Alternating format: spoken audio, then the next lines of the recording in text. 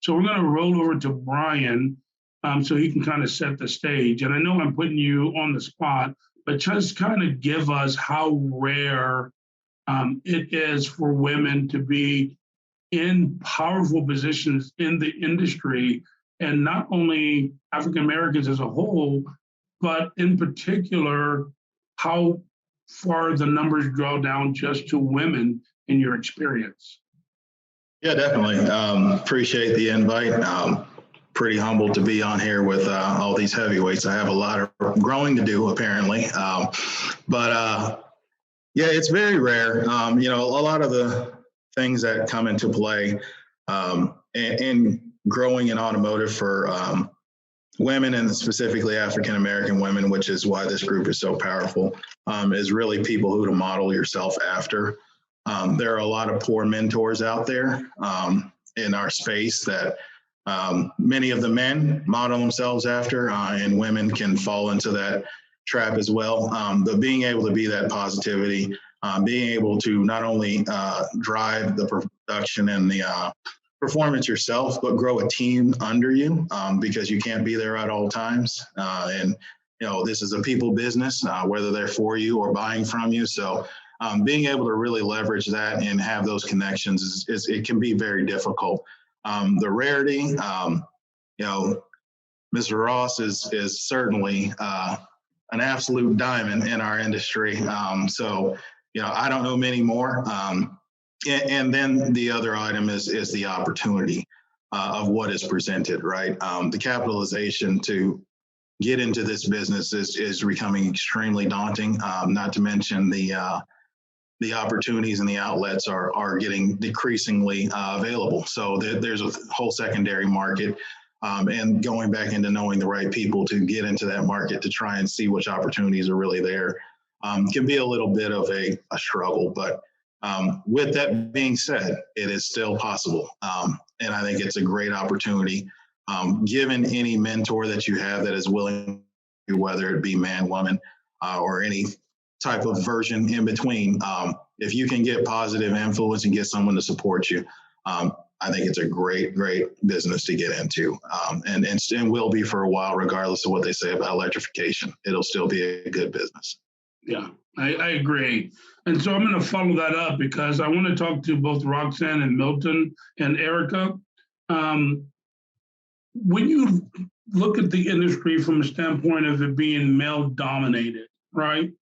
When you look at it from the point of it being mostly white male dominated, not being in the negative, but just where it seems to have started, how difficult, right? Or what are your pain, struggles, and successes on probably a daily basis, or you can wrap them up in a totality of what you've experienced and the reception that you've received in the industry as a whole? Well, I think, Erica, I want to take that question first. And let me just say it is an honor to be amongst all of you here on this panel today. I'm really excited and just blessed that I was asked to join you. For me, I've worked all over the country. I'm originally from California. I now live in Nashville. And I can tell you that the reception that I received was different in every state in which I lived. I've lived in Atlanta, I've lived in Nashville, I've lived in Nevada, and then of course, California. So the reception can say that as long as you are educated on what the dealers are interested in, you know a little bit or as much as you can possibly gain about their business before you walk in there, because I'm not from the dealer side, I'm from the advertising side, I'm from the digital side. So the more I know about how a dealership operates and educate myself, I'm a student of education and of learning about how dealers operate. And each dealership, although they all have the same profit centers, a lot of them operate differently and their goals are different. So understanding that and being open to listen and then adding the value of explaining to them what it is I know about their business has served me well in my career. Very good. For me, working on the dealer side, it's been a little bit different.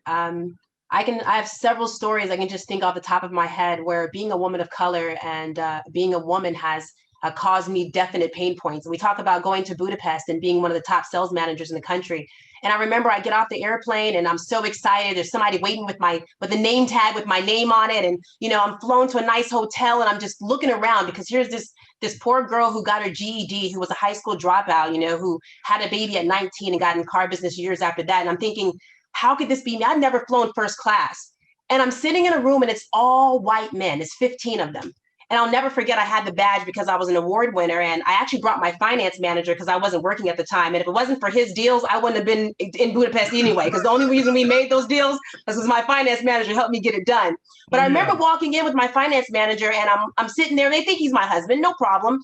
But we go to reach out and the guy shakes his hand and he says, "Hey man, congratulations on the win." And he looks and he's like, "No, it's her." Right. And for the guy's look on his face, like, "You?" And I knew, I was like, in their minds, I didn't belong there. In their minds, he didn't belong there either, but I definitely didn't belong there. And they didn't understand how I could make it. And it was funny too, because they asked me, "Well, where are you from?"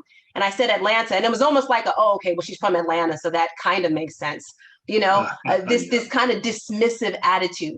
And I've seen that dismissive attitude on numerous amount of customers that I've met when I come out and I say I'm the manager and they're like, "Oh, I'm waiting for the manager." No, that's me. Because there's this idea that what the car business looks like doesn't look like me.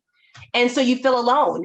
And even when your skill sets get you to a point where you feel like you've accomplished something, there's still people who will look at you and say, "Be quiet, sit back, you don't know anything, you don't know enough, and you don't belong here. And I won't work for you."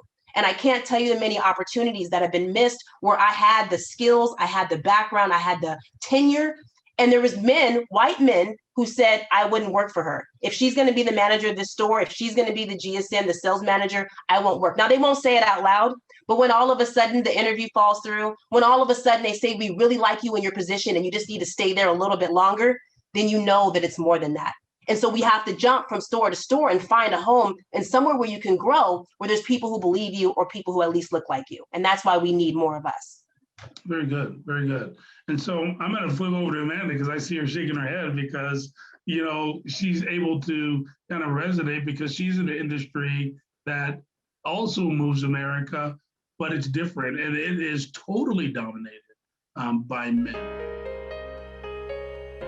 You deal with it as a woman, as a leader, as a business. He really transfer it, you know, to someone who can use it. Those lessons that we've learned along